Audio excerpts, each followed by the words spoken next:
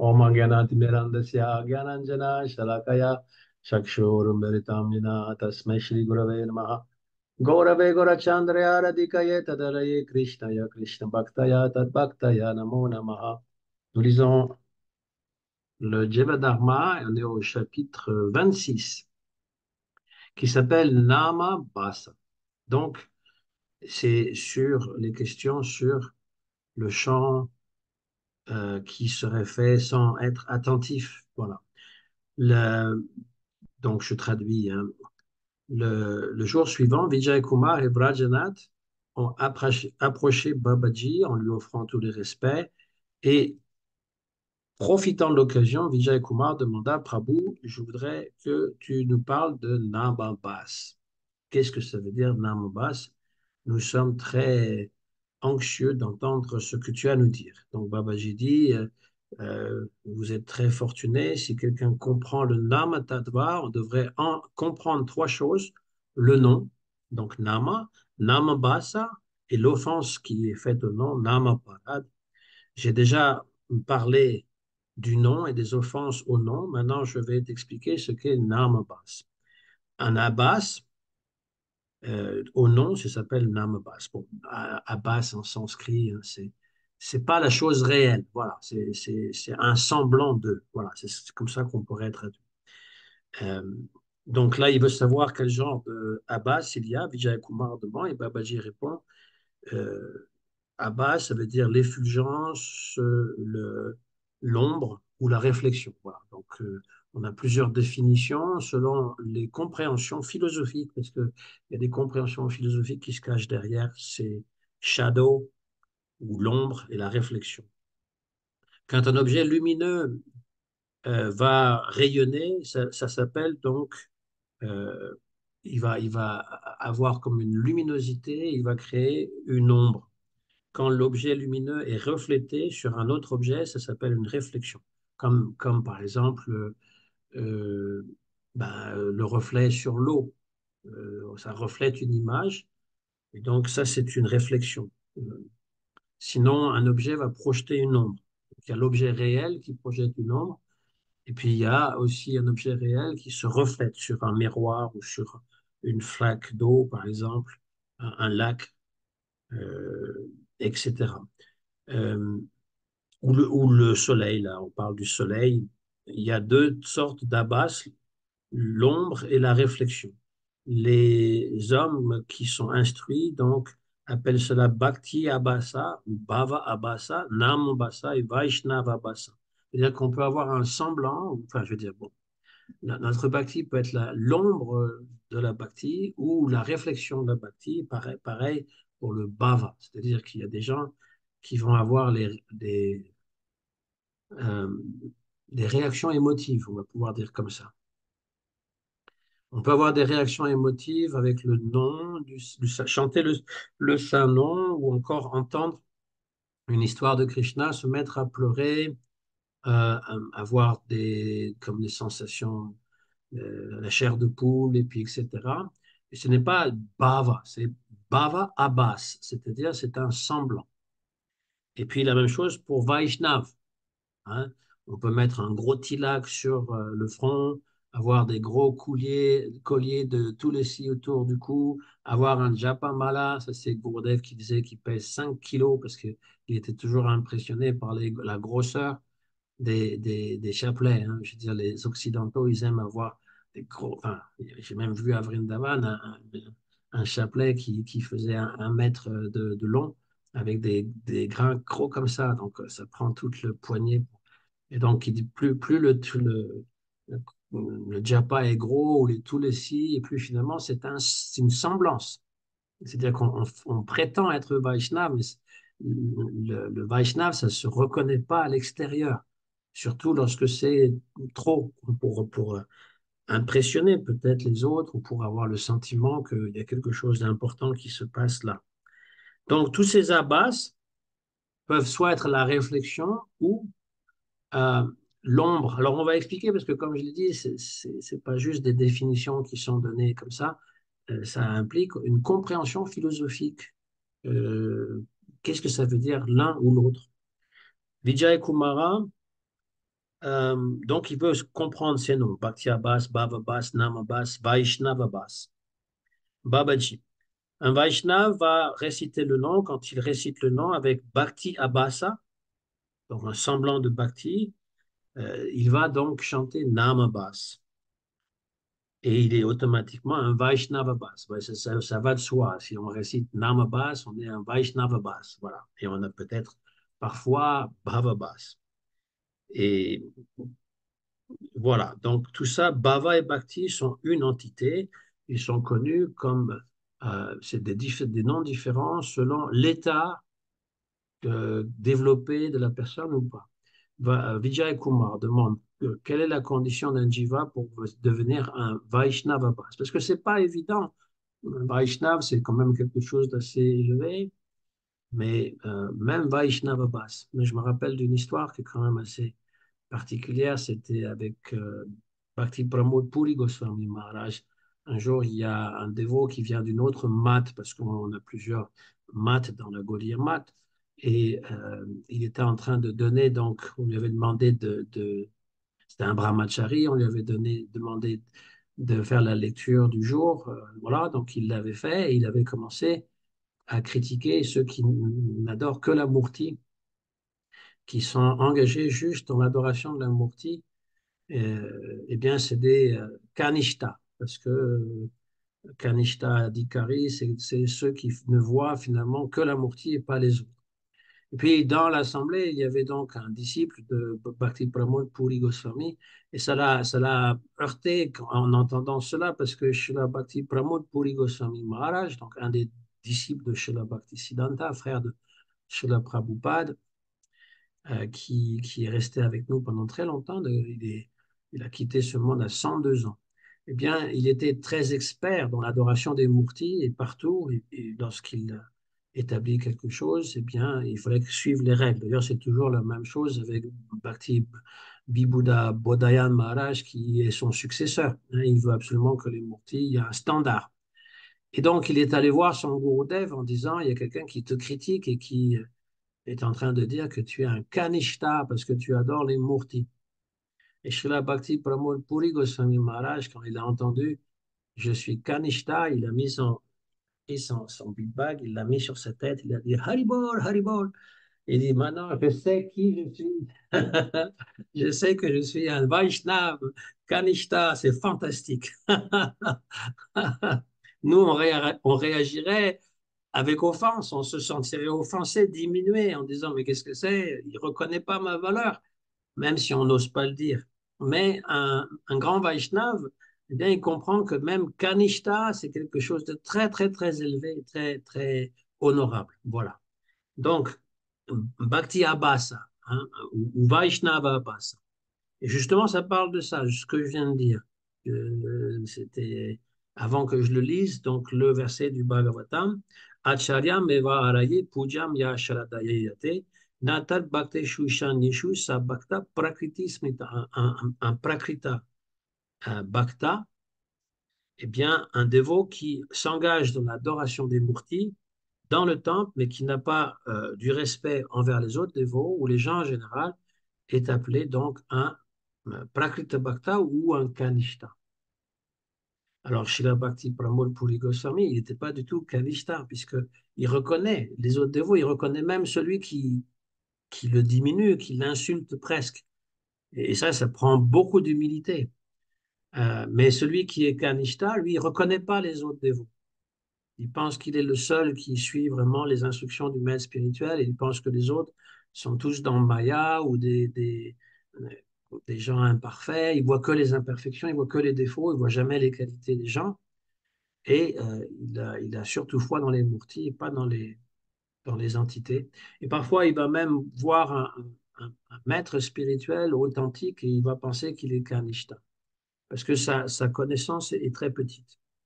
Le mot Shraddha dans ce verset donc désigne Shraddha Abhasa, c'est-à-dire un semblant. Hein. On a la foi, mais c'est pas la foi qui va soulever les montagnes, comme disait Jésus. Si vous aviez la foi comme un grain de moutarde, vous pourrez dire à cette montagne de se soulever, de se jeter dans la mer. C'est une image, évidemment. Personne ne s'amuse à faire soulever les montagnes et les jeter dans la mer, et personne ne pense que c'est possible. C'est simplement pour dire qu'on n'a pas besoin, une vraie foi authentique peut avoir ce pouvoir-là. Mais quand c'est Shraddha, Abhasa, eh bien, c'est juste la foi que Balamurti, en fait, elle représente Bhagavan. Et c'est déjà beaucoup, parce que les impersonnalistes, eux, ils ne le reconnaissent pas. C'est déjà beaucoup mieux. Donc, Shraddha Abbas, euh, donc il adore les murtis avec foi, mais qui est prakrita, c'est-à-dire matériel. C'est soit une réflexion, soit une ombre de la bhakti. Euh, c'est une foi qui vient du monde, on appelle ça Lokika Shraddha. Le Loka, c'est le monde, Lokika, donc du monde. C'est pas la Paramartika Shraddha. Paramartika Shraddha, ça veut dire suprême, Parama. Lokika Shraddha, c'est la foi ordinaire, on va dire la foi du monde. Ben, j'ai confiance, je crois que. Voilà, mais ça peut changer. Aujourd'hui, je crois que ceci, mais demain, je pourrais croire que autre chose, et parfois le contraire de ce que je crois aujourd'hui. Ce n'est pas une foi spirituelle dans la pure bhakti. La foi et l'adoration dans cette bhakti abhasa, donc qui adore les murtis seulement, est matérielle, prakrita. Euh, donc, ce dévot matérialiste s'appelle un Vaishnav abhasa. Mahaprabhu, Chaitanya Mahaprabhu avait dit à Iranya, avait dit que Iranya et Govardhan étaient des Vaishnava Praya. Donc, c'est en fait, ce sont les oncles de Raghunath Das Goswami. Ils étaient très, très riches. Ils reconnaissaient la validité du culte rendu à Vishnu. Ils avaient même un gourou qui s'occupait des murtis. Mais ils étaient plus attachés finalement au confort matériel qu'à la vraie bhakti. Et Mahaprabhu donc les avait appelés Vaishnava Praya.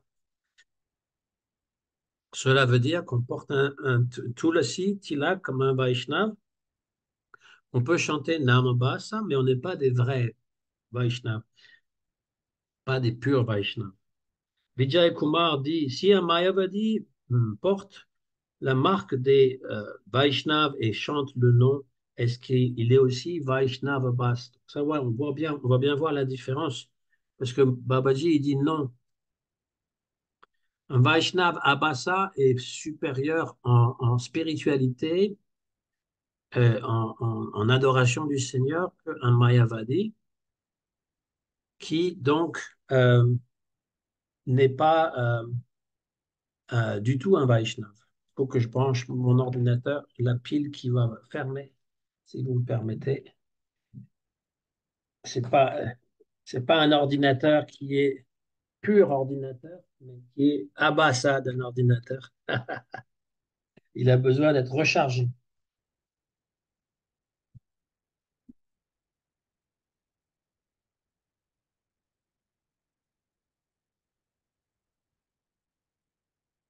Voilà, petite interlude. Je continue. Non, alors pour Chaitanya, pour Babaji, donc le Mayavadi qui mettrait le tilak, qui aurait tout le si autour du cou, euh, il n'est pas du tout un Vaishnav.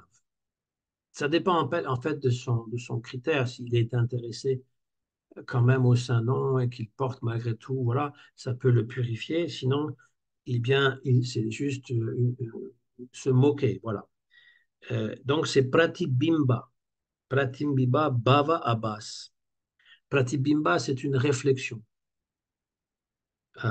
C'est-à-dire que la réflexion, elle est statique. Voilà, elle montre une image qui n'est pas vivante, qui n'est pas rattachée directement au corps. C'est un peu la différence qu'on pourrait faire avec l'ombre, qui est plus directement rattachée à la figure qu'elle représente ou au corps. Si je bouge ma main, qu'il y a de la lumière au-dessus de moi et ça projette une ombre. Euh, dans une réflexion, ça peut faire aussi la même chose, mais souvent les choses, dans la réflexion, d'abord, dans un miroir, on est inversé, hein. Le côté droit se trouve au côté gauche, etc. Donc il y a déjà une perversion, on va dire. C'est pas tout à fait, c'est pour comprendre la différence au niveau philosophique, c'est pas au niveau de la définition telle quelle. Euh, donc il est un Vaishnav Abhasa, mais Pratibimba, et donc Ça, ce genre de pratibimba est plus ou moins offensif. C'est-à-dire que on croit qu'on adore la Murti et puis après on la jette. Alors, c'est typique en Inde. Ils font une grande procession d'un deva, par exemple Ganesh à Bombay. Ils font une grande procession et ils le dirigent vers la mer, ils le jettent à la mer. La même chose avec Durga à Calcutta ou à Mayapur. Ils ont des grandes processions, tout le monde chante les gloires de Durga Devi et puis on la jette dans le Gange. Alors c'est terrible pour le Gange, hein, franchement, parce que c'est des murtis qui ont été faites en terre cuite et qui on a mis de la peinture dessus. Donc dans la peinture, il y a des éléments qui sont comme du poison et on jette ça dans l'eau et après les gens vont boire l'eau. Donc c'est très polluant déjà d'une part, et puis c'est pas du tout respectueux de la murti, c'est-à-dire qu'on considère qu'une fois le puja fait, la procession faite, eh bien, on n'a plus d'utilité pour la murti. Elles sont faites, en fait, c'est pas du marbre, hein, elles ne sont pas faites en marbre, elles sont faites en terre cuite, et donc ça va, évidemment, avec de la paille à l'intérieur, et donc dans l'eau, ça va se dissoudre. Mais comme je l'ai dit, les colorants chimiques vont polluer l'eau. Et donc, ça, c'est pas du tout de la bhakti, ça, c'est simplement un semblant de la bhakti, mais un semblant qui est une réflexion. Euh, Vijay Kumar, Prabhu, si tu pouvais clarifier un petit peu les qualités du chant pur, on pourrait peut-être mieux comprendre.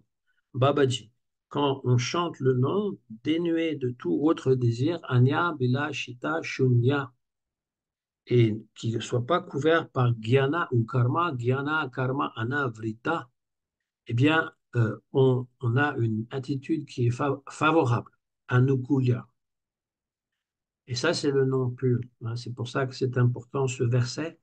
Hein, Anya Bilashita Shunyam Gyana Karmadi Anavritam Anukulina Krishna Anushilanam Bhakti Rutama. C'est la définition de la bhakti qui est donnée par Srila Rupa Goswami dans son Bhakti Rasamrita Sindhu. En fait, elle est très complète, je ne vais pas aller en détail là-dedans, mais elle est d'abord dénuée de Gyana et Karma. Et il n'y a pas d'autre désir que servir Krishna. Anya, hein, Anya Abhilash, Shunya. Rien d'autre que servir Krishna. Donc le désir de faire l'expérience, euh, de même d'avoir une expérience spirituelle ou même atteindre une certaine forme de joie lorsqu'on récite le Saint-Nom, n'est pas en fait, euh, euh, c'est quelque chose qui est toujours personnel. Et donc le Saint-Nom pur ne se manifestera pas parce qu'il y a un désir particulier. Ce n'est pas Anya Bilasha. Si on récite le nom parce qu'on veut pouvoir atteindre une sorte d'ananda, eh bien, le désir fait que nous ne le chantons pas purement. Anya Bilashita et tous les autres désirs pour atteindre euh, la destruction de tous les péchés ou atteindre la libération. Si on n'a pas d'autre désir que atteindre Krishna et de le servir euh, pour son propre plaisir, eh bien, ce n'est pas le chant du Saint-Nom pur. Très souvent, Jnana, Karma, Yoga, ces choses-là vont quand même nous influencer, c'est-à-dire qu'on veut avoir une expérience spirituelle et puis se sentir comme un avec l'absolu ou encore obtenir des choses matérielles, hein, karma, euh, par le Saint-Nom ou par la bhakti, eh bien, ça peut pas être le chant qui est pur. C'est pour ça qu'on reste toujours, euh, on n'est pas attiré, on n'a pas cet attachement très fort pour le Saint-Nom. Hmm. Lorsqu'on enlève tout ce qui est infavorable du cœur et qu'on cultive le nom avec une intention tout à fait favorable envers Krishna, ça c'est le nom pur. On doit considérer cette qualité, observer que le nom de Krishna est complètement dénué de nama parad, toutes les aparades qu'on a décrits. Aparada, en fait, si l'on veut. Nama, c'est le nom, et puis aparada. Rada, eh ben, Radha, c'est celle qui est le plus chère à Krishna. Dans le verbe Radha, il y a Rad qui veut dire adorer et Apa, ça veut dire donc qui empêche. C'est un suffixe privatif, comme on pourrait dire dans la grammaire sanscrite. Et donc, ça veut dire le contraire de Radha, Nama Aparada. Euh, eh bien, il faut faire attention de ne pas commettre ces Nama Parada quand on chante le Saint-Nom, ou même Nama Bas, parce que Nama Bas, eh bien, euh, c'est toujours pas le Saint-Nom pur. Et Mahaprabhu, et donc, il nous avait dit, Trinadapi Sunichina Tarorapi Saishnuna Amanina Manadeva Kirtaniya Sadahari. Celui qui considère qu'il est plus bas qu'un brin d'herbe dans la rue, qui tolère, qui est aussi tolérant qu'un arbre, qui n'a pas de désir pour l'honneur personnel, mais qui est prêt à donner, à respecter autrui tout le temps, peut chanter les gloires du Saint-Nom constamment. C'est dans les 8 versets que Chaitanya Mahaprabhu a écrits. Il n'a rien écrit d'autre que ces 8 versets. Hein, il a laissé à ses disciples comme Rupa Goswami, Sanatana Goswami, Jiva Goswami, Gopal Bhatta Goswami, les 6 Goswami de Vrindavan, et puis Narottam Das Thakur plus tard, Srila Bhakti Vinod Thakur, d'écrire la philosophie. Lui, il n'a rien écrit. Mais il a écrit sur le Saint-Nom, et là-dedans, tout est compris. Toute la Bhakti est comprise. Donc, l'humilité avec laquelle on peut chanter le Saint-Nom et d'être désiré finalement, être libéré de tout désir de gloire, eh bien, et de donner aussi l'honneur aux autres, parce que l'humilité, ça ne veut pas juste dire je suis rien et je suis, comment dire, le plus mauvais. Non, c'est pas juste se déprécier personnellement, c'est aussi apprécier les qualités chez les autres. Ça, la vraie humilité. Et de façon tout à fait euh, honnête, pas quelque chose de prétentieux ou encore, vous savez, les flatteurs, ceux qui essayent de vous manipuler et qui réussissent souvent à vous manipuler, ils sont experts à flatter, mais ils ne le pensent pas, ils ne pensent pas ce qu'ils disent. Ils cherchent juste la faille en vous parce qu'ils voient que vous êtes une personne qui a besoin d'entendre, d'être encouragée, donc elle va reconnaître en vous des valeurs mais il ne le pense pas. Et donc, ça, c'est le manipulateur, hein, c'est le pervers narcissique, c'est tous ces gens qui sont toxiques, qui vont être experts à flatter pour mieux exploiter autrui. Mais ici, c'est une vraie reconnaissance des qualités d'autrui, on pense vraiment. Et ne pas, l'humilité, c'est pas se déprécier personnellement en disant que je suis le plus déchu, mais c'est aussi de dire, bah, j'ai rien de spécial. Je fais mon devoir, j'ai rien de spécial. Il n'est pas nécessaire que, que l'on voit en moi quelqu'un de si génial, par exemple. Voilà, de me mettre sur un Vyasasana, me laver les pieds, boire l'eau de mes pieds. C'est pas nécessaire. D'ailleurs, j'ai jamais aimé ces choses. J'ai toujours trouvé que c'est de trop. Je sais que c'est un usage en Inde de faire laver les pieds, par exemple. En Occident, je trouve que ça n'a pas sa place. Pas ça qui qualifie finalement le gourou, hein. Moi, je trouve que c'est de trop, personnellement. Euh, et donc, je reviens à mon sujet. Babaji, euh, non, Vijay Kumar, il demande quelle est la différence entre Namabas et Namapara. Ça, c'est important à savoir. Donc, Babaji répond, quand ce n'est pas le pur nom, c'est Namabas. Et dans quelques cas, ce Namabas peut être Namaparad aussi.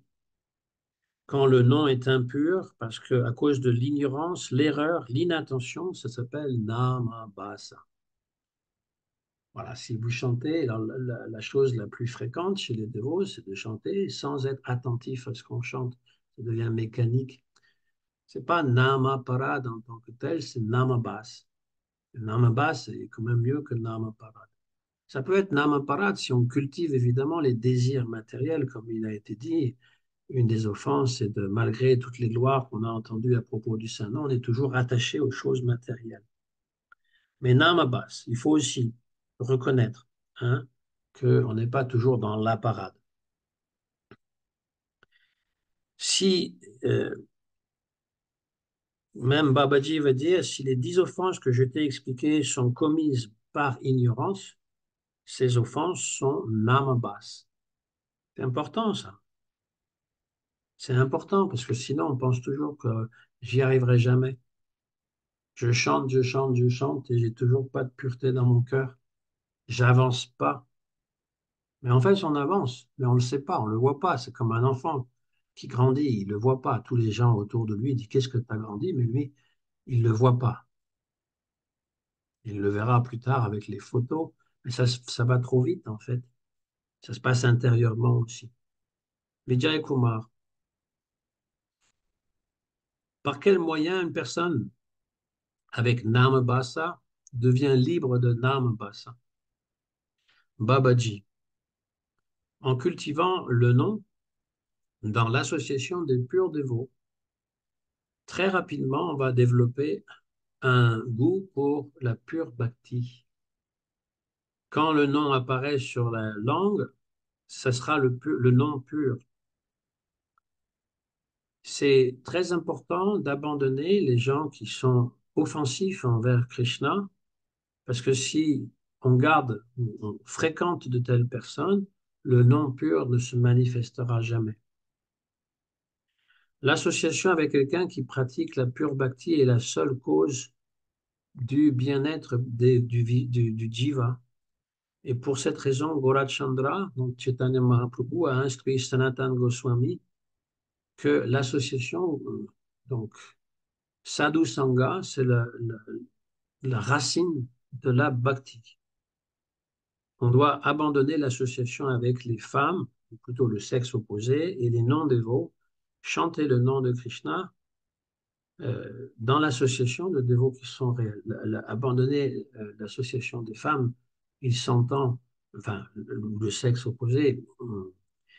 Bien sûr que quand on est dévot, eh bien, on, on peut être ensemble, hommes et femmes, dans la glorification de Krishna. Il n'y a pas de raison de, d'être misogyne ou d'avoir peur des femmes ou des hommes, voilà, le sexe opposé ou parfois le même sexe, puisqu'aujourd'hui on accepte tout à fait que on peut être attiré par une personne du même sexe, mais c'est justement ça l'idée, c'est de ne pas s'associer avec des gens euh, sur une base qui serait ordinaire et qui ferait en sorte qu'il pourrait y avoir cette attirance, parce que eh bien, l'attirance envers le sexe opposé va nous enlever le goût pour cultiver la vraie bhakti. Il n'y a pas besoin de se flageller pour autant, hein, mais c'est juste une recommandation. Et puis les gens qui ont des pensées impersonnelles, ils vont créer des doutes, ou encore matérialistes, ils vont créer des doutes en notre cœur en nous disant, mais non, mais c'est pas ça, il faut considérer ceci, cela. Et donc, on ne peut pas cultiver la bhakti si on est associé avec de telles personnes, si on fréquente de telles personnes. Fréquenter, ça veut dire vivre avec, ça veut dire échanger, ça veut dire être ami, intime.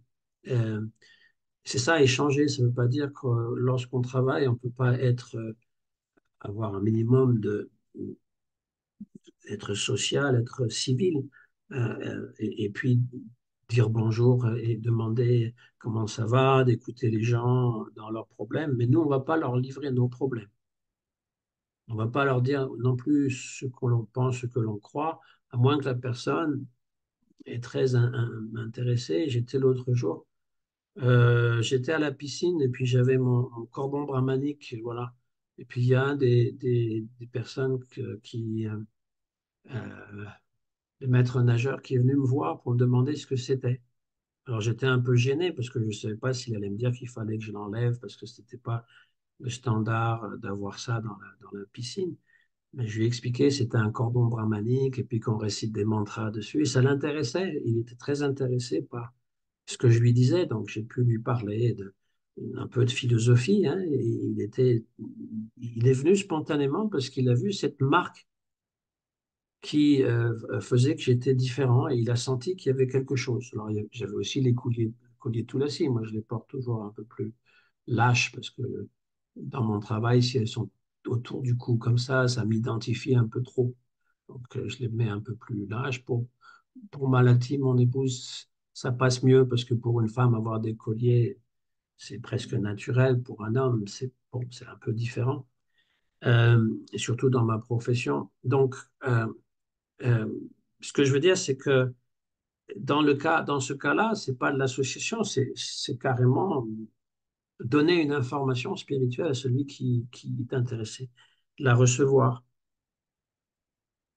Alors, Vijay Kumar, si une personne n'abandonne pas l'association, la fréquentation avec sa femme, est-ce que le nom, saint nom, euh, peut se manifester?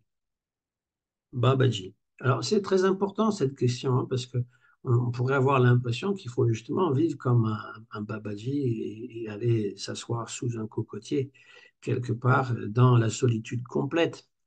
Babaji répond, c'est nécessaire d'abandonner l'association des femmes, comme je l'ai dit tout à l'heure, c'est-à-dire si c'est pour flirter avec des femmes, ça n'a rien donné de positif pour un dévot, en tout cas.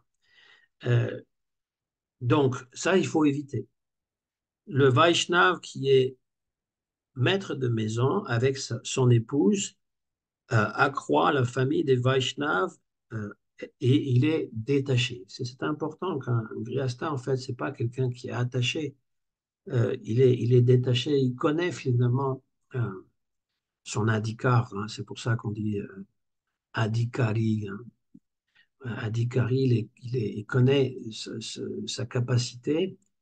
Il y a ce besoin d'être dans une famille, parce qu'il s'y retrouve là-dedans. D'ailleurs, beaucoup de sannyasis, ils recréent une famille sans le savoir.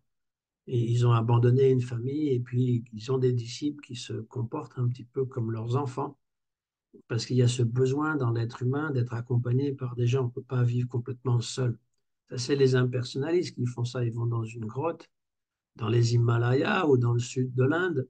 Hein, j'ai lu quelques livres là-dessus, hein, des gens qui vivent vraiment tout seuls, qui font mona, silence, et qui fréquentent personne ou très peu.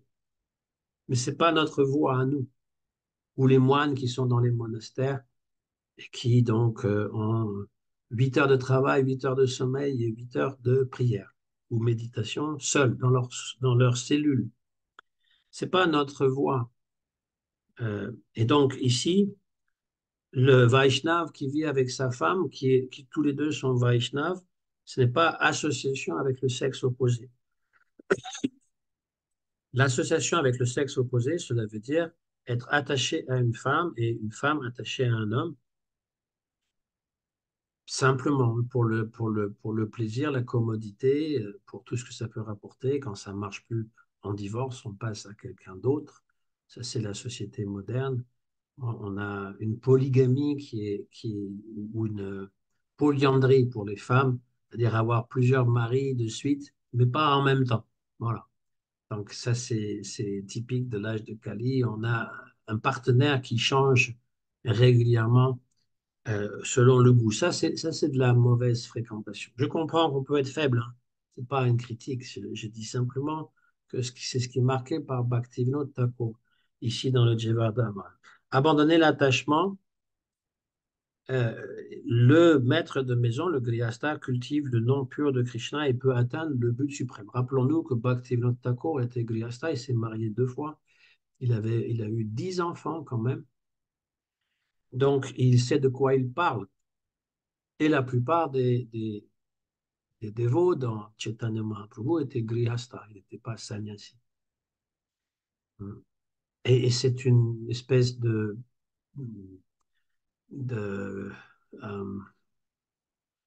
vénération inconsciente ou consciente chez la plupart des gens lorsqu'ils voient qu'il peut renoncer à tout, avoir les signes extérieurs du renoncement. On pense immédiatement que cette personne est un saint. Et donc les gens courent après et veulent être bénis par ce saint, il va les bénir avec la main, il va dire une parole, et ils sont tous comme des groupies autour de leur idole, en pensant que finalement le signe extérieur, eh bien, c'est le tout de la bhakti, en fait, voilà, ou de la spiritualité.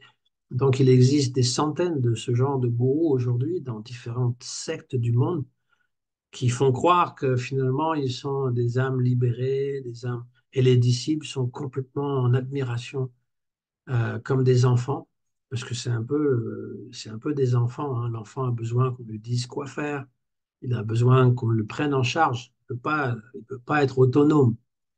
Et avoir donc projeté tous ces désirs infantiles sur une personne, parce qu'il nous donne l'impression qu'il a atteint le nirvana et qu'il sait tout, ou qu'il a un pur dévot, ou je ne sais trop quoi. Mais c'est un leurre très souvent. Il faut se méfier en fait des gens qui sont trop charismatiques et qui attirent trop de personnes de ce type-là, beaucoup de femmes, souvent de jeunes femmes. Et puis après, on s'étonne qu'il y a des abus. Ben non, il ne faut pas s'étonner parce que si la personne justement n'est pas à la hauteur, il y a des tentations qui vont être très grandes. Bon, ça c'était une parenthèse. Juste pour montrer, parce que je trouve que des fois, il y a une mauvaise compréhension parmi les dévots entre les ashrams. On pense qu'il y a des ashrams qui sont supérieurs et des ashrams qui sont inférieurs. Mais c'est très simple, hein. Moi, mon gourou Maharaj, Srila Prabhupada, il disait, il faut que vous soyez dans l'ashram dans lequel vous êtes bien. Et ça, c'est le plus important. Et il ne faisait pas cette distinction entre sannyasi, grihastha, brahmachari. Pour lui, il voyait des gens qui étaient capables de s'engager à 100% et puis abandonner tout, même si la plupart de ces sannyasis se sont mariés par la suite. Prabhupada l'acceptait, il le met même dans un de ses commentaires. On critique Prabhupada en disant qu'il est misogyne et que il y a des choses qui n'étaient pas du tout acceptables dans ses livres, mais les gens oublient finalement les commentaires qu'il a faits qui sont plutôt sublimes, comme justement dans le neuvième chant à propos de Gajendra, qui est affaibli par un crocodile. Prabhupada donne l'exemple de ces sannyasis à lui qui seraient trop faibles face à l'attaque de Maya, qui est comme un crocodile et qui sont prêts à succomber. Eh bien, Prabhupada a dit, il vaut mieux qu'ils se marient. Il y a des sannyasis. Il n'y a aucun maître dans la Gaudiya Math qui dira ça. Jamais. Jamais. Et Prabhupada, lui, il avait l'esprit de Nityananda. Il pouvait même permettre cela. Donc, en fait, le meilleur des ashrams, c'est celui dans lequel nous pouvons nous épanouir. C'est pas celui qui est désiré, ah, j'aimerais être autre chose, parce que comme ça, peut-être que j'aurai plus de vénération de la part du public. Non, il faut être dans l'ashram qui est bon pour nous, pour l'instant. Stane stita shrutigatam tanuva manubir, c'est le premier verset que Chaitanya Mahaprabhu accepte de la part de Ramananda Roy en disant ça, c'est le but de la vie. Quand on abandonne finalement toute tentative, tout désir d'avoir de la connaissance impersonnelle et qu'on reste dans l'ashram qui est le nôtre et que stane, ça veut dire rester, la place stane, stita, hein, on est fixe dans cet endroit et tout ce qui est important, c'est shruti, c'est écouter les divertissements de Krishna. Et en faisant cela, hein, eh bien, on peut conquérir celui qui est inconquérable, Krishna. Ça, c'est un des versets qui a été énoncé par Brahmaji et que donc Ramananda Roy répète à Chaitanya Mahaprabhu qui dit oui, ça c'est bien. Mais il dit va plus loin encore parce que la bhakti va encore plus loin.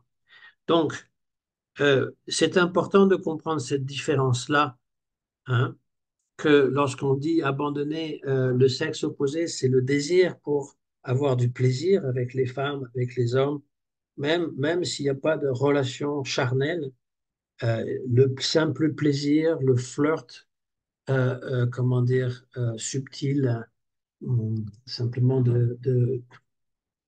comment dire, de séduire, la séduction, eh bien, c'est quand même euh, Maya Devi.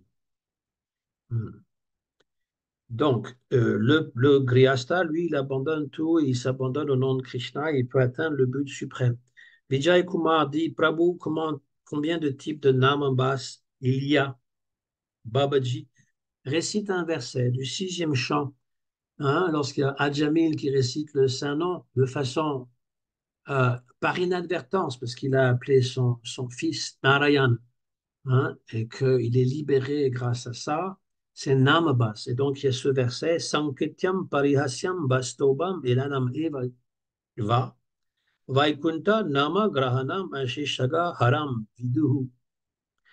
Chanter le nom du Seigneur quand on indique quelque chose d'autre ou quand on se moque d'une façon gentille ou quand, même si on chante le nom avec disrespect, avec manque de respect, ou si on chante en négligeant, négligemment, si on chante négligemment, eh bien, tout ça peut détruire un nombre incalculable de péchés et de désirs. Voilà. Les gens qui ne savent pas Nama Tattva et Sambandha Tattva, il y a quatre sortes de Namabhas. Donc, comme je viens de le dire, indiquer quelque chose d'autre où on peut se moquer ou encore euh, par on chante avec négligence ou simplement on manque même de respect. Vijay Kumar, alors donne-moi un exemple de chanter en indiquant quelque chose d'autre. Là, l'exemple d'Adjamil. Donc, Adjamil, il a appelé son fils qu'il avait appelé Narayan. Donc, il appelle son fils, il n'appelle pas Narayan ou Vishnu. Mais parce qu'il a chanté Narayan, les Vishnu Dutta, les messagers de Vishnu, viennent. Donc, même si on indique quelque chose d'autre, eh bien, c'est le nom quand même, c'est Namabas. Et on parle de musulmans. Alors, vous pouvez même le regarder sur Google. Hein. Sur Google, lorsqu'un musulman dit haram, c'est A-R-A-M, ça veut dire interdit, malpropre, etc. Et donc, mais il dit, en fait, pour le Seigneur, il dit Ha-Ram, oh Ram. Et donc, il y a cet exemple d'un musulman qui est attaqué par un sanglier, qui est tué, et qui dit Haram, parce que c'est impur, c'est interdit, Haram. Et parce qu'il dit ça, il est tué sur le coup, et parce qu'il a récité le nom du Saint-Nom, il va à Vaikunta. Donc, Ha et Ram. Ça, c'est un exemple de Namabasa. Hmm. Donc, il y a aussi des gens qui sont des mlechas, des démons, qui sont opposés à la vie spirituelle et qui peuvent chanter le nom en se moquant. Donc, si on récite le nom du Seigneur en arrêtant les autres, en les empêchant de chanter le nom de Krishna, en manquant de respect, ça s'appelle stoba. Et en se moquant, parihasya. On va en harinam dans la rue. C'était très fréquent dans les années 70. Les gens, ils imitaient les Indiens en nous voyant parce qu'ils nous voyaient tête rasée avec la queue de cheval derrière. Donc, ça leur rappelait, je ne sais pas quelle tribu indienne. Donc, ils faisaient ouh, ouh, ouh, ouh, ouh, comme ça. Et puis, ils imitaient le nom de Krishna, Hare Krishna, Hare Krishna. Et sans le savoir, ils chantaient le nom de Krishna. Voilà. Ensuite, ceux qui nous arrêtent, qui veulent nous arrêter de chanter, etc. Hein, oh, vous, les Hare Krishna, vous êtes ceci, vous êtes cela. Et sans le savoir, en fait, même s'ils manquent de respect, ils chantent le nom de Krishna. Euh, et chanter le nom négligemment.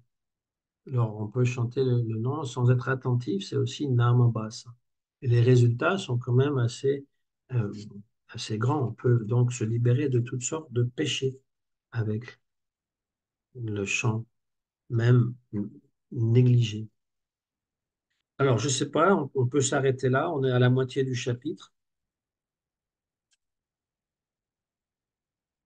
Après, il y a un chant qui dure longtemps, et puis il y a aussi...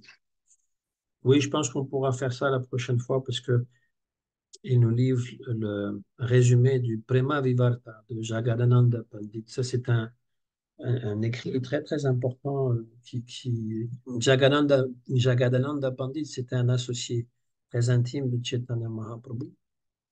Et il a écrit donc Prema Vivarta. Et c'est un livre qui est pour une trentaine de pages, hein, c'est très vite à lire, mais qui est rempli de tattva, Siddhanta, de compréhension de la mission de Chaitanya Mahaprabhu et comment on devrait se comporter en tant que Vaishnava. Voilà pour une première partie du Namabhasa. Donc, il reste encore quelques petites choses à éclaircir, mais euh, bon, c'est des choses qu'on connaît, hein, on a déjà entendu parler. Maintenant, peut-être que ça vous a donné des compréhensions supplémentaires. En tous les cas, si vous voulez poser des questions ou faire un commentaire, c'est le moment. Moi, j'aurais une question ou un commentaire, ou je sais pas. Euh, Tous les 36 ans, les mortiers de Jagannath sont aussi jetés à la mer. Pourrais-tu nous expliquer plus, s'il te plaît, En par fait, rapport aux mortiers qui sont jetés de Durga Devi, oui, tu sais? moi j'avais entendu dire qu'elles sont enterrées. Mais bon, parce que le Jagannath, c'est un peu différent que les murtis en marbre. On considère Jagannath comme une personne vivante qui donc a sa naissance et son enfance, son adolescence, son âge âgé, qui un jour donc laisse le corps. Et donc on enterre le corps. Et on attend finalement qu'il y ait du bois qui vienne de la mer. Ça, c'est traditionnellement, hein. Je ne sais pas comment ça se passe aujourd'hui, mais le bois originel est venu donc de la mer. Et on a donc il y a eu Vishwakarma hum, qui a créé ces murtis. Et, euh, et donc voilà, ça c'est une pratique qu'ils font. On n'en parle pas trop, mais moi c'est ce que j'ai entendu dire, hein, qu'ils ne le jetaient pas à la mer, hein, ils l'enterraient. C'est comme le char de Jagannath, hein. Tous les ans, ils en font un nouveau, hein. Trois chars, hein. Trois chariots. C'est quand même impressionnant parce que c'est une grosse construction, hein. Et donc, à la fin du festival, tout le bois qui a servi à faire le chariot est démantelé et puis il peut servir pour justement comme combustible pour les cuisines. Donc, c'est la vie de Jagannath. Maintenant, une murti en marbre, lorsqu'elle est cassée, par exemple, on ne peut pas la réparer, on la met aussi dans une rivière. On la met. Mais c'est pas la même chose. C'est un peu comme si on disposait de la murti. C'est pas comme on la jette parce qu'elle ne représente plus rien. C'est qu'elle est plus apte à être vénérée. Donc, pour pas parce que il arrive qu'il y ait des personnes qui aient des murtis ou des shalagram shila ou des govardhan shila et qui les vénèrent pas. Ça arrive assez fréquemment. Et ça, c'est une offense de les garder sans les vénérer, sans les adorer. Bodhayan Maharaj, il me disait une fois qu'il y avait un dévot comme ça, il l'avait invité chez lui, il gardait la shalagram dans un placard à côté des chaussures. Pour lui, c'était inimaginable qu'on puisse faire quelque chose comme ça. Enfin, en tout cas, en Inde, hein, les chaussures en Inde, ils sont vraiment très allergiques à ça. Alors, gardez les murtis. Donc, si les murtis ne sont pas vénérés, il faut les donner à quelqu'un. Si c'est une Govardhan Shila, la ramener à Govardhan. Pas garder, ne pas. Donc, une murti qui ne serait plus apte à être vénérée parce qu'elle est cassée ou négligée, euh, ben, parfois on la met dans la rivière. Voilà. La mer, c'est pas très utile puisque si, à moins de la mettre en haute mer, ça va revenir sur le rivage. Il y a une pratique en Inde qui consiste à adorer. Donc, c'est surtout Ganesh et Durga, des divinités comme cela, pour, pour simplement un jour, une journée, ou quelques jours, et après on la jette à la mer. C'est très différent que de garder pendant 36 ans. Il a eu sa vie, on va dire, et là maintenant, il accepte un nouveau corps. Jagannath, c'est Daru Brahma. Daru qui veut dire l'arbre, le bois. Brahma, donc Dieu qui se manifeste sous la forme du bois. Voilà. Et donc, il peut se manifester après sous un nouveau bois. Il est toujours Jagannath. il y a la Murti et la divinité à l'intérieur. Une Murti doit être installée par, elle doit être installée par un Vaishnav, un pur Vaishnav, pour qu'elle soit vraiment vivante. C'est pas juste acheter une statue à Loï Bazar et puis après on la vénère. Non, il faut qu'elle soit installée, que les mantras qui soient faits, on la baigne, etc., avec Abhishek, etc., pour qu'elle soit vraiment présente. Pour Shalagram Shila, il n'y a pas besoin d'installer, c'est la manifestation même de Vishnu. Et puis Govardhan, c'est pareil. Mais pour les autres murtis, il faut qu'elles soient installées. Les murtis, enfin les soi-disant murtis, les représentations de Ganesh et puis de Durga, évidemment qu'il n'y a pas d'installation, c'est juste une effigie qu'on jette. C'est juste le geste de jeter l'effigie à la mer ou au Gange. C'est pas très respectueux, c'est ça que je voulais dire. Si c'est pour mettre dans l'eau ou enterrer Jagannath avec des mantras, avec une cérémonie particulière, ça fait partie du jeu, on va dire. Voilà. Si vous Merci. avez, hein, si vous avez des mortiers que vous n'utilisez pas, de grâce, essayez de les donner à quelqu'un qui le fera. Et si c'est Shalagram Shila, Govardhan Shila, ramenez-les. Ils seront contents. J'ai pas de questions, ça fait toujours du bien de re-entendre et re-entendre tout ça. Ouais. On le chante tous les matins, mais des fois notre mental et notre. Alors, Gouroudev a dit il y a pas longtemps dans un de ses enseignements que quand on a le mental qui vient, qui nous dérange pendant qu'on chante, c'est que le mantra fait effet. Alors bon, moi j'essaie de me consoler avec ça, mais mais quelque part, c'est bien parce que, en fait, du coup, je le vois. Parce que c'est vrai que quand on chante et qu'on entend notre mental et qu'on pense à la liste des courses ou alors qu'on se lève et qu'on va aux toilettes ou ci ou là ou machin, on n'est pas conscient. Mais le fait de se dire, bon, ok, Gurudev, il a dit, ok, c'est mon mental, le mantra est fait. Alors, du coup, on revient au mantra. Enfin, je sais pas. En tout cas, voilà. Mais voilà, c'est toujours chouette d'entendre, de réentendre et réentendre ça, quoi. C'est le principe de la méditation, hein, aussi, c'est la même Oui, chose. Hein. c'est ça, ouais, ouais, Et que quand les gens, quand on initie les gens à la méditation, ils disent, ah, c'était dur, j'ai pas réussi, j'ai eu que des pensées, des choses. Et mais là, tu me dis, donc on leur dit, mais vous prenez conscience maintenant de ce qui est à l'intérieur. La ouais. plupart des gens, ils savent même pas qu'il y a toutes ces pensées, tous ces désirs. Et donc, il y a effectivement une prise de conscience lorsque le mantra, c'est une forme de méditation, évidemment. Il y a une prise de conscience, finalement, de nos limites. C'est ça. Ouais, ça peut prendre un certain temps, mais quand on fait le ménage chez soi, quand le ménage n'a pas été fait depuis longtemps, évidemment, ça soulève de la poussière et on dit, mais il y a tellement de choses à arranger, tellement de choses à laver. Donc, c'est parfois décourageant, mais c'est le fait de s'y mettre, c'est Mm. comme ça qu'on arrive à avoir un peu de propreté. Mm. Oui, c'est ça.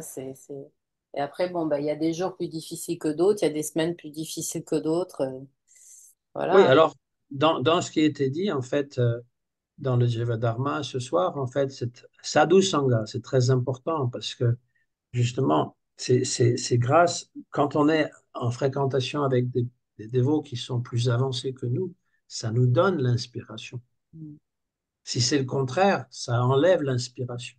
Si on est Mm. avec des gens qui doutent et qui nous Oui. mettent en doute ou qui nous critiquent ou qui sont dans une autre voie ou qui se moquent, eh bien, ça va nous enlever le désir. Mais Et si après, on on a est... une tête de fatigué. Hein? Après, on a une tête fatiguée. Non, et ça m'est arrivé dernièrement et c'est vrai que ça m'a pris de l'énergie, quoi. Et c'est vrai, Gouroudev, il le dit aussi que en fait, on peut pas chanter le Saint-Nom sans l'association et si on ne peut pas être en association directe, il faut écouter l'Harikata. Et, Ouais. et je le vois que quand je prends pas le temps ou que j'ai pas le temps d'écouter le Harikata, que je fais juste chanter le matin, Oui, oui, c'est ça important. suffit plus. Oui, surtout si on vit seul, hein, C'est ça. Mm. bien Ouais. sûr. Parce que Euh, quand on est deux, on peut toujours s'encourager l'un l'autre mm. et c'est échanger des choses spirituelles. Ouais. Ah, mm. Mm. Alors, c'est difficile pour des gens qui vivent avec des non-dévots, hein. Ça arrive aussi. Mm. S'ils peuvent quand même faire leur bhajan, voilà, il n'est pas, il n'est pas requis de se séparer. Mm. Mais s'ils sont très contre, Oui. ça devient problématique, hein. Et Mm. quand le conjoint mange de la viande, par exemple, Ouais. un peu difficile parce qu'avec l'odeur et puis la viande Énergie. Mm. voilà. Mm. Bon, après, on fait ce qu'on peut, hein, Et dans ce monde. C'est pas évident, hein. C'est vraiment pas évident parce que le Vaishnavisme n'est pas très répandu, on va dire. oui, et puis ça demande de la rigueur. Moi, je vois, j'ai une colocation maintenant, je suis de la colocation. Et, et bon, ben voilà, au niveau de... Alors, c'est une Indienne, alors ça va, elle comprend. Mais pour se trouver d'autres personnes qui vont la remplacer, déjà rien qu'être végétarien, bon, c'est pas répandu. Mais je me rends compte aussi, quand on vit seul, bon, ça va, mais quand après on veut vivre avec d'autres gens, que ce soit un partenaire ou une colocation ou autre, ben voilà, alors, du coup, végétarien, sans oignon, sans alcool, machin, enfin, je me Ouais, dis, non, c'est pas évident. avec qui on peut vivre, quoi. C'est pas facile, quoi. Mais Ouais, bon, voilà. Après, on va y arriver. avec la miséricorde. C'est ça, voilà, faut avoir la foi et ça, si nous on existe, il y en a d'autres qui existent ou qui sont intéressés, hein. Oui, Après, oui, ça, il y a plein de personnes qui viennent vers moi, ou enfin, de plusieurs personnes qui viennent et qui sont intéressées, qui ont envie de se mettre pas à l'épreuve, mais d'autres choses dans leur vie. Alors du coup, ça leur dit d'essayer de vivre comme ça. oui, il y a un vide spirituel dans la Oui, société. c'est ça. Ouais. Et Donc, donc, les gens, ils cherchent. ouais, Il y a des gens qui sont en recherche. ouais. Après, il y a aussi des gens qui exploitent ce vide pour proposer leur propre sauce, hein. Mais bon, ceux qui sont fortunés, ceux qui sont intelligents ils vont trouver chaussures à leurs pieds, comme on dit. Mm. Après tout, on attire ce qu'on est, hein. C'est ça. Ouais, c'est ça. Et ce qu'on cultive au quotidien. Aussi. Mm. Mm. Oui, parce que si ça ne nous convient pas, on peut tout de suite le dire, hein. C'est ça. Moi, j'avais juste une petite question par rapport à Jagannath. Elle parlait de Jagannath. Est-ce que tu as Ouais. entendu parler de ce... Moi, j'ai entendu parler qu'il y avait un emplacement au niveau du cœur de la Murti de Ah oui, Jagannath. oui, oui, oui, oui. Oui, Il le me cœur semble. de Krishna, c'est ça qu'ils disent, hein. Ouais. Ouais. Alors ça, je l'ai découvert en regardant comment dire, la procession du char, hein, sur la télévision. Et donc, il parlait de ça, de cœur de Krishna. Mais je ne peux pas t'en dire plus. Et donc, c'est la seule partie, en fait, qui suit la... Ils enlèvent, quoi, c'est une sous forme de mantra, je crois comprendre, Ouais, ouais. Et donc, oui, c'est ça qu'ils vont remettre dans l'autre Murti après. C'est dans ça, l'autre hein. Murti. Hmm. Ouais, ouais, c'est spécial, hein. Ouais, ouais, c'est spécial. Mais au moins, il y a quelque chose qui est relié à Krishna. Parce que quand tu demandes aux hindous locaux, hein, je veux dire, ou qui viennent, pour eux, la murti noire, c'est Vishnu, la murti blanche, c'est Shiva, et puis la murti jaune, c'est-à-dire Subhadra, c'est Durga, hein. Disons que beaucoup d'hindous, ils pensent que c'est un mélange des différents dieux. Hmm. Donc, de savoir que le tattva, c'est que c'est le cœur de Krishna, c'est quand même particulier, ouais. C'est pour ça qu'en fait, la vraie murti Jagannath, elle est à Jagannath Puri. Que nous, on Ouais. reproduit les murtis donc, avec les formes, mais il y a pas le cœur de Krishna à l'intérieur, c'est sûr. Et est-ce que les sadhus intronisent les murtis de Jagannath? Je ne suis pas vraiment au courant, mais il y a des mantras qui sont récités. Après, j'imagine. comme tu viens de le dire, il y a des mantras pour le cœur. Donc, ils retirent, ils ne vont pas enterrer cette partie-là, ils vont la mettre dans le nouveau, donc nouvelle forme. Non, je parle des mourtis nous tous. Oui, les motifs, On va acheter une oui, mourti de oui. Jagannath. Jagannath, Et c'est pas nécessaire. voilà, c'est ça, hein, parce que j'ai Jagannath et jamais même, vu de. ouais, même Gaur-Nitai, c'est pas nécessaire. Ah ouais. Ouais, c'est Radha Krishna vraiment qu'il faut soit installé. Hmm, ok. Oui, parce qu'en fait, Prabhupada, il avait commencé avec les Murti Jagannath.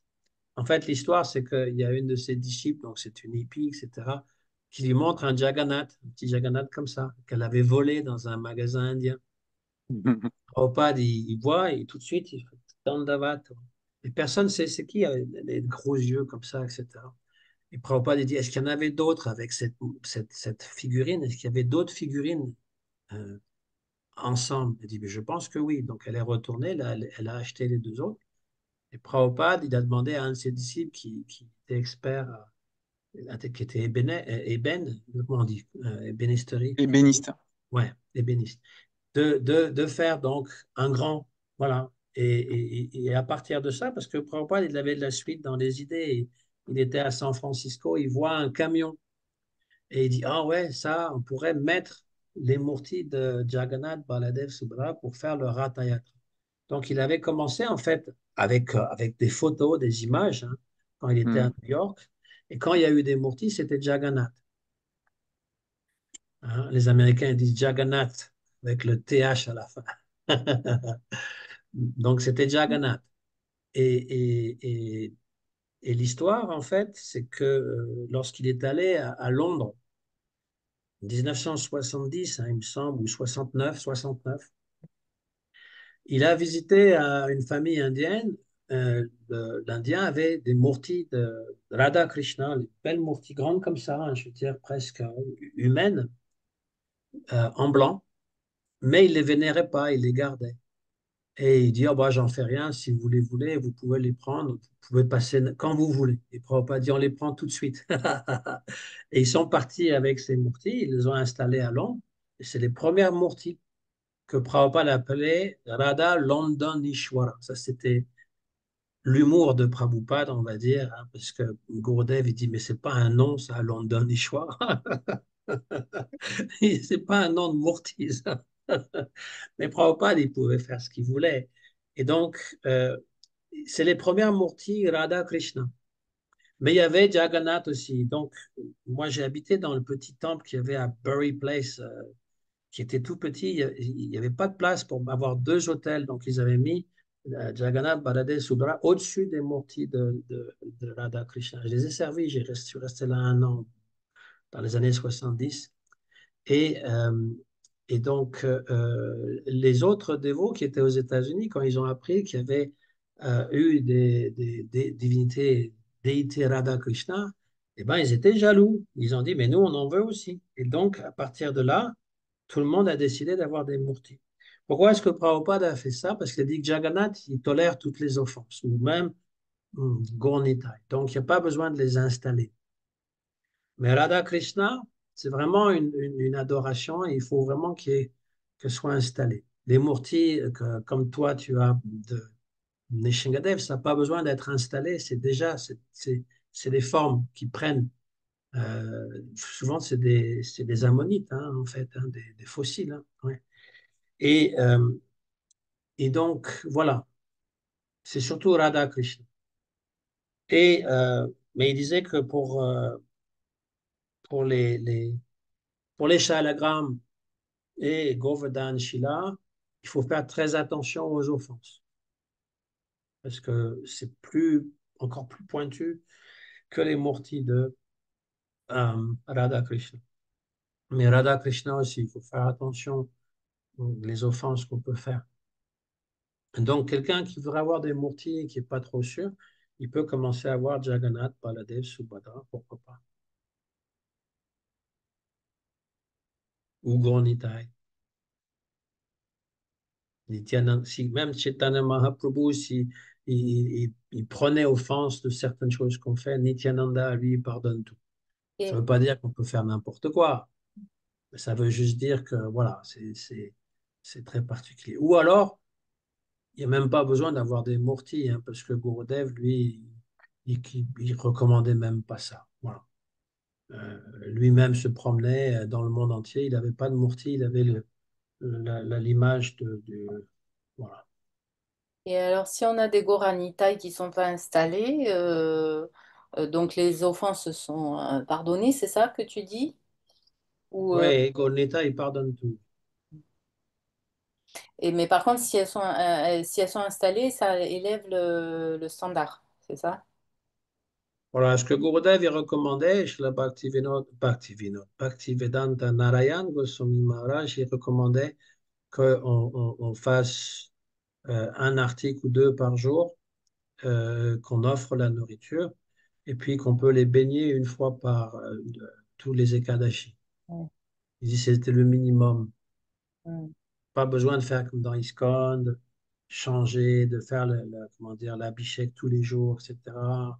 Mais bon, pour l'offrande de la nourriture, pour faire au moins un article ou deux par jour. Et alors, du coup, si elles sont installées, est-ce que ça change le standard Non, ou est-ce que ça... non. non, non, il faut le faire régulièrement Allez, ça change pas le problème d'offense, si je puis dire. les offenses qui sont commises envers les mortis sont moins graves que celles faites au sein. Les Ah, seva apparats sont donnés et en fait, il y a des mantras qui sont récités pour se faire pardonner des offenses qu'on a fait ou encore il est recommandé de lire un chapitre de la Bhagavad Gita, quelque chose comme ça. hmm. Voilà. Donc, Non, c'est mais pour... on n'est pas tout le temps en train de faire des offenses. Non, mais c'est au sein non, si, parce que vu qu'on a le mental qui se carapate tout le Non, temps. c'est pas juste ça, c'est qu'il y a beaucoup de règles aussi. On peut dire, par exemple, il faut présenter les choses de la main droite, il faut se prosterner, ne pas faire des choses, voilà, des plus petites choses qu'on peut oublier. Hmm, Lorsqu'on on est plus pressé ou je sais pas très, il y a des trucs qu'on peut oublier de faire. Et hmm, donc après, on peut prier pour être pardonné de nos offenses. Ouais. hmm, Mais l'idée, c'est que les Murtis, elles vont nous purifier. Elles vont pas. Si en adorant les Murtis, on se dégrade encore plus, alors on, oui, on ne sort plus. on s'en sortira jamais, quoi. Hmm, C'est comme le Saint-Nom. Si finalement les offenses au Saint-Nom sont tellement importantes que finalement on ne hmm, pourra jamais atteindre Krishna Bhakti, ben, il y en a qui se découragent comme ça, hein. hmm, Voilà, qui disent bah, à quoi ça sert? On chante, on n'avance pas. Mais non, c'est pas vrai. On avance, mais on le voit pas toujours. Et puis voilà, je veux dire, c'est normal de faire des offenses au début, hein, parce que on ne sait pas, on a des mauvaises habitudes. C'est comme l'enfant. L'enfant, quand il est petit, peut se salir ses couches. Sa maman va le changer. Même quand il est enfant, il fait des bêtises. Mais bon, les bêtises des enfants, elles sont pardonnées. Voilà. Et à l'adolescence, c'est encore pire. Voilà. hmm, De toute façon, c'est jamais fini, mais même à l'âge adulte, ça peut continuer. Mais disons que ce que je veux dire, c'est que les parents qui sont aimants, ils acceptent que c'est dans le processus et c'est un apprentissage. Donc, c'est la même chose. Pour le gourou, pour Krishna, ils savent très bien qu'on fait notre possible. C'est ça qu'ils voient. ok, merci.